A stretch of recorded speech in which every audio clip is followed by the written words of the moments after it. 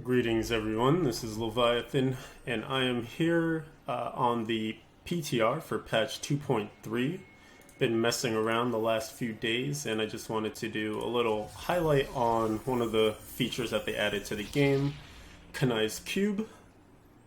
This one's really interesting just because of what it represents in terms of replayability, diversity, like all sorts of stuff, man. There's just an incredible amount that they can do with this. They can continue to add recipes, and that's going to make sense in a second here when I click and show you that Kanai's Cube is essentially like a throwback to the Horadric Cube from D2. There are a bunch of different recipes here that just come auto-learned once you find it. It's in Ruins of Secheron, which is in Act 3, a new area that they added for patch 2.3. There's not even a quest really, you just go through the area and eventually you find where the cube is and then you take it for yourself. And of course they have all these different things here. So one that's going to be really revolutionary is being able to extract a legendary power. All these materials here you get in the bounty bags for each of the acts. They just added these in for patch 2.3, new agents that specifically work inside of here. And different amounts are used for different recipes. You can see it's ×5 here to completely reforge a brand new legendary. So let's say you get a furnace, you don't like how it rolls, just reforge it using all these. It's pretty crazy. 50 forgotten souls, quite a bit, but once you're in the late game, that's pretty much nothing. You sneeze at that. You know, we're sitting on 1,500 right now. Here you can actually take a rare item, so like a rare shield, and then turn it into a legendary. And you know that could end up being your Fighter's Wrath that you've been looking for. It can end up being your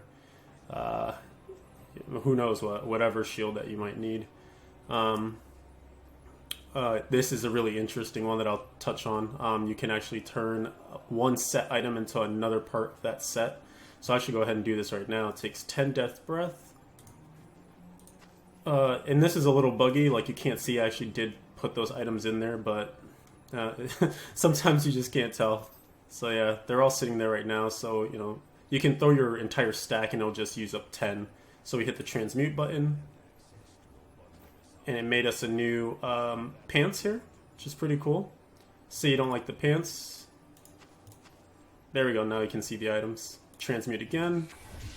So you can continue to do this and get brand new versions of different slots. And it doesn't ever seem to repeat the slot. And also it can actually become an ancient version. So you can use this as a way once you're either looking for scant upgrades or, you know, for whatever reason you just can't seem to gamble the gloves or something. Here we go, we just got ancient Wool of the Light gloves. So you see how that works.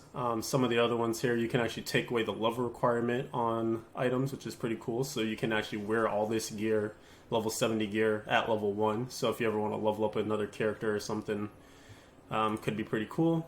Here you can actually make a gem transmute into a different one. I haven't tried this one yet, but I think this is all you need. So you get these essences from Squirt in Act 2. She just has all the different ones. I think they're 500,000 gold each.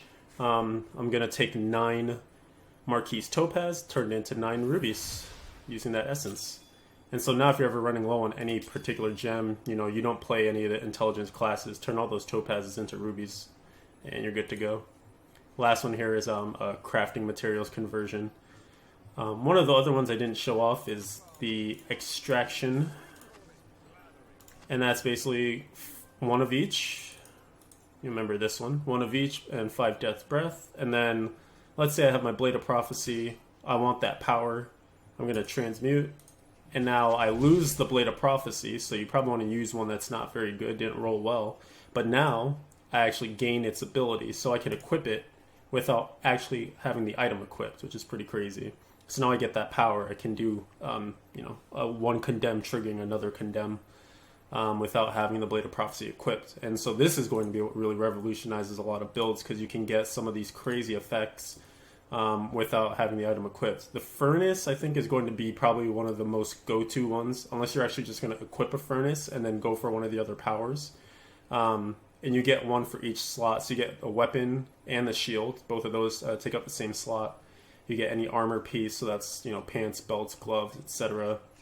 And then jewelry is going to be rings and amulets, but you can't do the Hellfire You can't take your Hellfire Amulet legendary property and transmute that, unfortunately. So, you know, pretty cool here. We'll do Gerfelkin's Foot as well. There you go, extract that. I think some of the most popular ones will definitely be the Furnace, the Unity, because that way you can still use a Focus and a Restraint, and then get the Unity benefit for the damage reduction, especially for hardcore. And the armor one is going to be really crazy. Like, if you're still running, let's say, the fire version of Roland's with the Shield Bash, you just take Cinder Coat, and now you have that reduction all the time without actually wearing a Cinder Coat. You can still wear the full 6-piece and the Focus and Restraint, and then you're also benefiting from that resource cost reduction. So really the cube is just going to do some amazing things here, and I'm really excited for it. I'm glad that they introduced it. You can see you can actually, I can't open a new one now since I have one open, but if you take a puzzle ring and you just transmute it, it actually opens up the vault, which is pretty cool. And then if you have a Bovine Bardish, that also opens up the not the cow level that we had for the anniversary. So I just wanted to give you guys a quick overview of Kanai's Cube. It's going to be absolutely amazing once it actually goes live. It's going to help add in either bolster builds that already exist or even help create some ones that were not possible previously. And I think everyone should be really excited for it.